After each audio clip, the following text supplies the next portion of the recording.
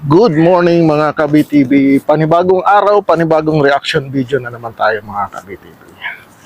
Paalala ko lang sa inyo mga ka-BTV, huwag tayong papabudol ulit sa ginagawang diversionary tactics nitong gobyerno na to, na pinapainit nila ang usapin sa West Philippine Sea. West Philippine Sea na imbento lang ng Pinoy administration noon. Bakit ko nasabing invento lang nila mga ka-BTV? Dahil nag-umpisa yan mga ka-BTV, problema na yan sa agawan ng West Philippine Sea na sinasabi ng ating mga opisyalis ngayon, ay nag-umpisa yan sa panahon ni Pinoy. May ipapanood ako sa inyong isang video ng isang retired chief AFP at siya na ang magpapaliwanag sa inyo kung bakit ang dapat natin sisihin ay hindi ang Duterte administration. Nakakatawa pa mga ka-BTV, itong mga dilawan na si Kiko Panghilinan ay sila pa yung ang lakas ng loob makipagdebate about dyan sa West Philippine Sea. Sinasabi nila na kung tutuusin naman talaga mga ka-BTV, wala naman West Philippine Sea kasi hindi natin makikita sa mapa yan. Ang ibinigay lang at ang naipanalo natin ay yung 100 nautical miles economic zone. At hindi sa atin yun mga ka-BTV. May karapatan lang tayo lang, Pilipinas lang ang may karapatan sa 200 nautical miles economic zone. Tayo lang ang may karapatan. Hindi talaga sa atin, hindi natin teritoryo. Yun lang ang naipanalo natin sa tribunal at sa UNCLOS na sinasabi nila mga ka-BTV. Dahil sa totoo lang, kung teritoryo, hindi natin teritoryo. Tayo lang ang may karapatan sa lahat ng mga lamang dagat dyan, lamang natural gas. Tayo lang ang pwedeng, tayo ang may karapatan na makakuha niyan. Pero, ang paliwanag nga dyan ng ibang eksperto, pwede naman silang kumuha dyan ng isda or ng kahit na ano, basta kailangan nila magpaalam sa Pilipinas at payagan sila ng Philippine government dahil tayo nga ang may karapatan dyan. Pero hindi sinabi na atin na talaga yan. Karapatan lang ang mayroon tayo. Na natin patagalin mga idol, panoorin natin ang video ng retired AFP chief at shout out sa mga dilawan at pinklawan. Panoorin nyo to para hindi kayo mag-asta-astang hindi nyo alam kung saan talaga nag-umpisa ang problema ng West Philippine Sea na mismo ang nag-imbento niyan ay ang puon nyo na si Pinoy. Panoorin nyo to tapusin nyo hanggang matapos ang bidyong ipapanood ko sa inyo at para naman huwag kayong magsinungaling at isisi sa Duterte administration. Ito panoorin nyo ayusin nyo Ang comment nito mga taong ito, mga grupong ito, nung nagbubuhos ng dolomite doon sa West Philippine Sea. Panahon ni Pinoy yun, panahon ni Pinoy. Pinakita ko yung mga pictures. Dito yan nagsimula. Yan, kita nyo yung picture na yan. Ayan ang itsura ng mga islets doon sa West Philippine Sea nung sinisimulan pa lang. Nasaan kayo? 2013, 2014. Nasaan itong mga kritiko na ito? Hindi sila nagko-comment dyan. Hanggang nabuo na yung mga isla na yon, apat na yan, tapos naging military bases na mga incheck. 2016 nung nakumpleto at yun nagkaroon ng arbitral ruling. So ngayon sinisisi nila ang gobyerno, pangulong presidente na hindi raw inaaksyonan yung ruling na yon. Paano nga ba? Paano mo yan aaksyonan? Nakatutok sa iyo yung kanyon ng incheck, yung mga ang tanong Ang tanong, ano ang ginawa nila nung ang mga isla na ito ay ay tinatambakan? Sabi nila, ang comment ng isang netizen, sabi niya, tulog ka ba nung nagpa-file ang gobyerno doon sa arbitration? Tulog daw ako. Sabi ko, hindi nga ako makatulog kasi at the time, nandun ako sa J3, sa operations ng Armed Forces at nire-report namin itong mga reclamation na ito ng incheck doon sa West Philippine Sea, panahon ni Pinoy, pero hindi nila pinapansin. Lately, nalaman Malinaw namin, na malinaw. 2017 ito nung nalalaman ko. Yung pala, ang may clearance nito, si Executive Secretary Paquito Ochoa. Ito, pangalanan ko na para tumimik na ito. Ito kaya pala, every week, ito si ES Ochoa nandun sa Basilan, sa Zamboanga, para mangolekta nung share niya doon sa mga dolomites at sa mga lupa na dinadala doon sa West Philippine Sea. Galing yan doon sa Tumbagaan Island. Ngayon, patag na. Ngayon, halos nasira na yung isla. Kaya nandun na yun sa Languyan Bay ngayon, sa Languyan Island, yung mga kinukuha ng mga, after nung naubos yun, tumawid na doon sa Languyan Island. So, napakadami nito. Sambales, Mindoro, Palawan, lahat ng mga quarries natin nag-contribute Dito, makinig kayo. ng lupa doon sa West Philippine Sea Makinig kayo. 2014, 2015. Tulog daw ang AAP. Kaya nangyari yon. General Palade, before the final message, ibig sabihin po ba nito, yung sinasabi kasi ng Aquino administration, isa itong kanilang legasiya, itong pagkapanalo natin sa arbitral ruling na itong sa West Philippine Sea, mukhang sa kwento niyo po, sila ang mukhang nagpalala ng sitwasyon po doon. Oh yes. Alam mo, walang kasing laki pa lang ng basketball court ang reclamation doon. Ni-report na namin ito kasi nakuha na namin ng picture ito. Hindi nila ina-actionan. 3 months, 4 months, 5 months after, every week, every other week, may picture kami. Hindi nila ina-actionan. Alam mo, nung meron malaking building doon sa isang isla, ito na nga, mga military structures na yung nandoon. Ayun, may lumusot niyan sa media na litrato.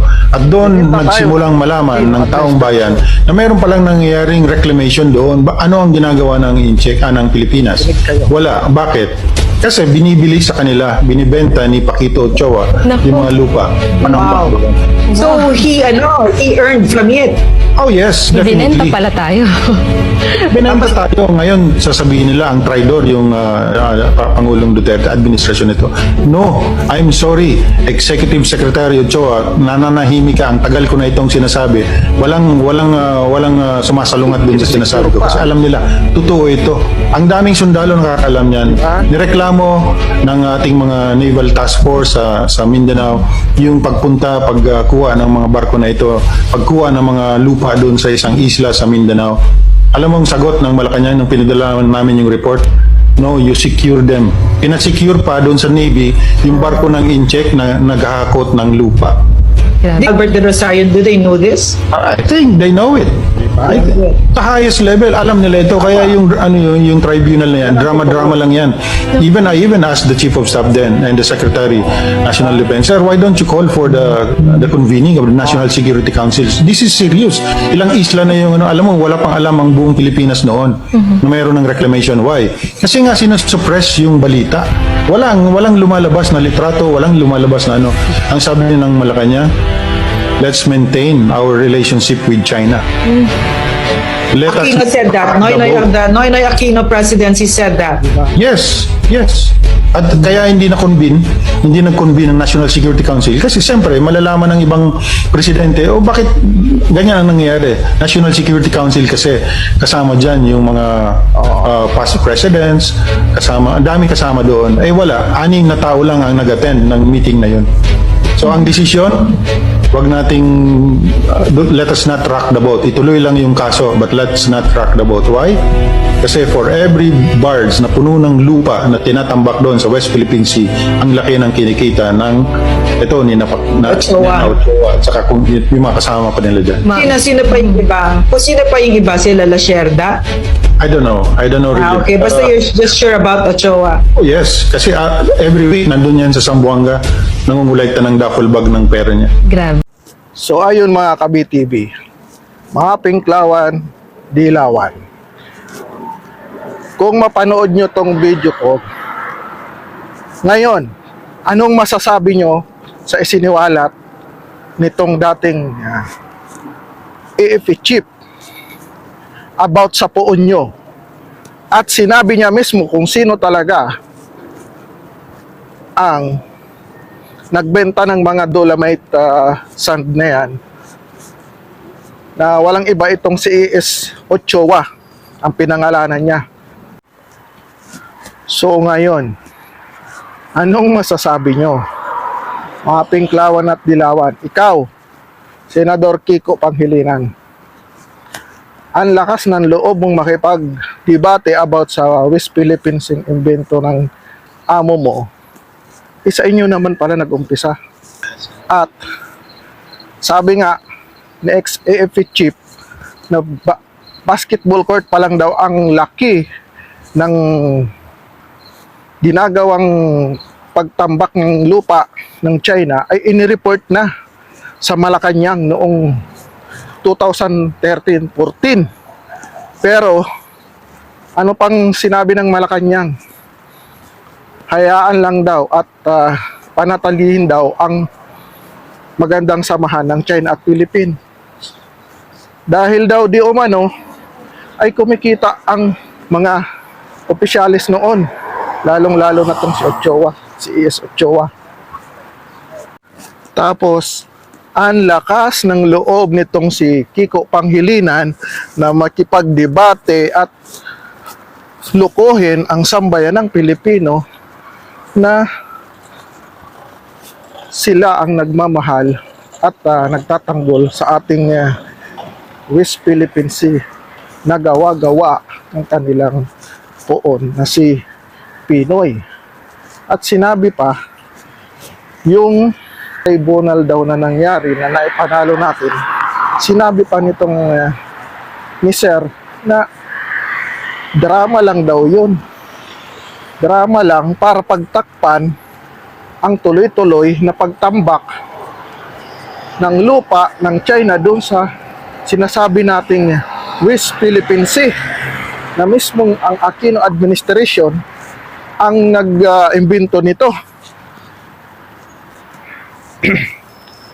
At isa pa, anong sabi nung inireport daw nila sa Malacanang na may naghahakot nga ng na barko ng lupa at itinatambak doon sa sinasabi nating West Philippine Sea, ano ang sagot ng Malacanang?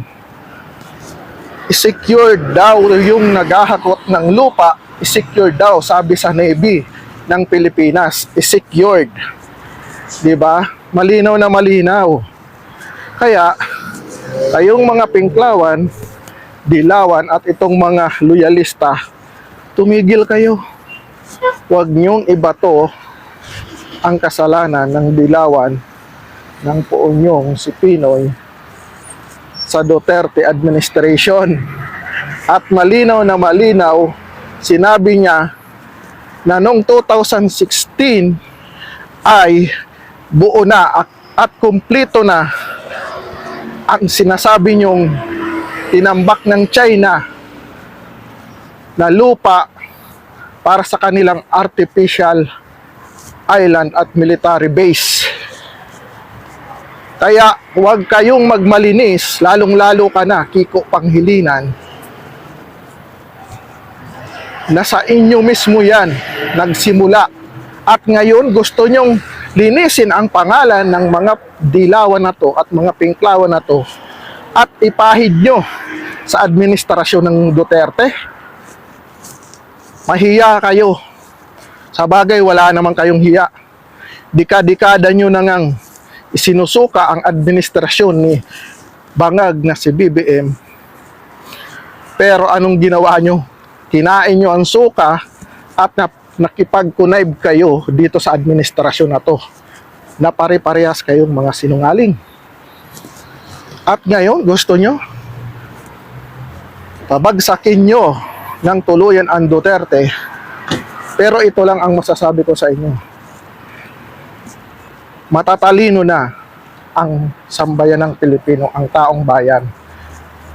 At hindi nyo na maluluko pa at hindi nyo na maitatago ang katotohanan na kayo ang may kasalanan, ang administrasyong Aquino, ang may kasalanan, nakakampi nyo sa problema na sinasabi nyong West Philippine Sea. Ikaw din, Tariela, sana mapanood mo rin to. At para malinawan ka rin sa mga pinagsasasabi mo. At huwag nyong isisi sa Duterte administration ang problema ng West Philippine Sea. At huwag nyong isisi sa mga senador kaalyado ng Duterte. Sa Pinoy administration nag-umpisa dyan. Hindi nyo na po maluloko ang sambayan ng Pilipino sa mga kasinungalingan nyo. Ito, isang video na to ang magpapatunay na talagang sa Aquino administration nag-umpisa at nabuo ang problema na to. Para lang mapagtakpan nyo at linisin nyo ang pangalan ng inyong administrasyon, ay ipinapahid nyo ang kasalanan nyo sa Duterte administration. Nako po mga kababayan ko at mga ka-BTV ko, ito po talaga ang taktika ng mga pinklawan at dilawan na to, na kung saan para sila makasurvive at malinis nila ang katarantaduhang at kasinungalingan na ginawa ng kanilang kaalyadong administrasyon, ay ipinapahid nila sa Duterte administration at gusto nilang palabasin na ang may kasalanan ang Duterte administration. Mga kababayan ko at mga ka-BTV ko, alam ko po na matatalino na ang lahat pagdating sa mga ganitong diskurso at problema ng ating bansa. Kaya po, sa 2028, alam na po natin kung anong dapat natin gawin. Kung ano pong ginawa natin noong 2025 election, sana po, ganun din po ang mangyari at mawala na itong mga gahaman at mga magnanakaw ng pera ng sambayan ng Pilipino sa ating gobyerno. Hanggang dito na lang po ang aking reaction video. Always remember po, God is good all the time. God bless us all. BTV React is now signing off. Bye-bye.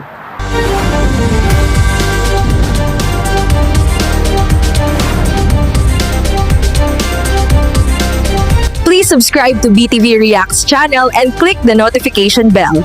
Thank you, BTV friends!